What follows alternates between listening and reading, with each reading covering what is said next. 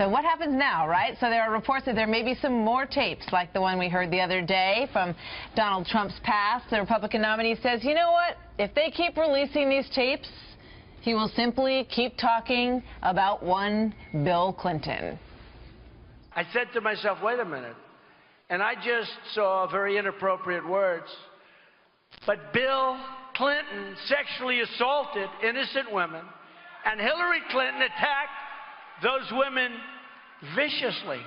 One of them said more viciously than he attacked them. If they want to release more tapes saying inappropriate things, we'll continue to talk about Bill and Hillary Clinton doing inappropriate things.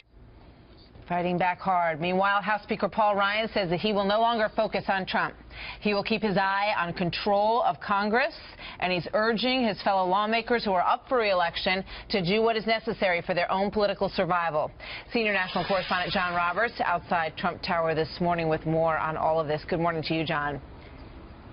Martha, good morning to you. Donald Trump winging his way to a fundraiser in San Antonio before a day of campaigning in the battleground state of Florida. You know, it's difficult enough to fight a presidential election when you've got a united front, united party behind you. But now Donald Trump increasingly fighting on two fronts after the Speaker of the House, Paul Ryan, said yesterday that he is basically done with Donald Trump.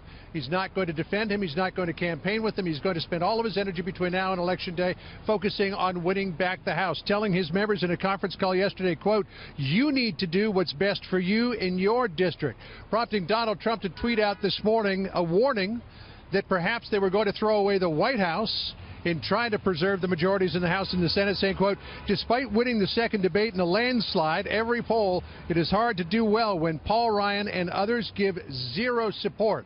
Yesterday, with a couple of events in the battleground state of Pennsylvania, including a huge rally in Wilkes-Barre, Donald Trump going after both Hillary Clinton and the media, accusing the media of giving Clinton cover while attacking him. Listen to this. The hypocrisy of the media and our politicians is hard to believe.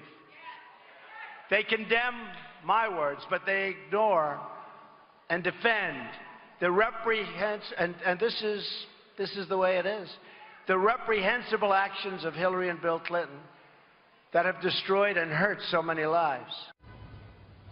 And Martha, back to this increasing split in the Republican Party, a real risk for members and senators who are fighting battles. Certainly aligning with Donald Trump may lose them a few voters, but the idea that separating themselves may completely alienate that big base of voters that's out for Donald Trump could hurt them even more. So they've got a real risky calculation to make there, Martha. You couldn't say it better.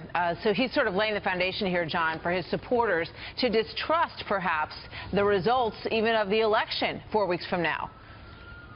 Yeah, this is something that you'll remember he did to quite a good effect back in the primary campaign, and that is basically saying that the system is rigged against him and therefore rigged against his supporters. It's really a way of motivating his voters to get out to the polls more than anything. But this idea, though, that if they question the results of the November 8th election, they could rise up in some way, certainly poses a potential problem for the future. Here's what Donald Trump said about it last night. There's no way we're 3 down. Even the polls are crooked, I'm telling you. Look, we're in a rigged system, folks. We're in a rigged system. The only way we can unrig it is get to the polls. But we got to make sure they're honest polls.